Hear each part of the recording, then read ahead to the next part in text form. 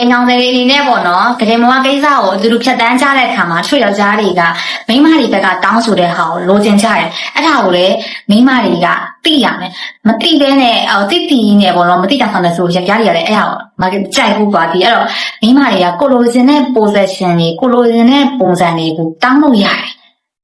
တယ်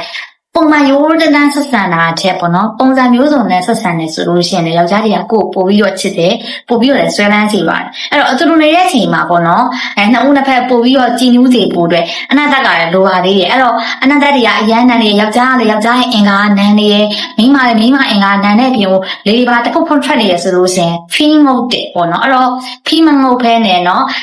နိဗ္ဗာန်ကိုတက်ချင်တယ်ဆိုရင်တော့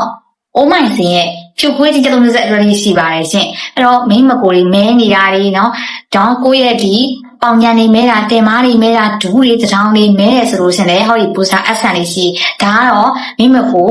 ကျင်းမယ်ကြက်မွေးမယ်အသေးစိတ်ဖြစ်သွားစေရမယ်နော်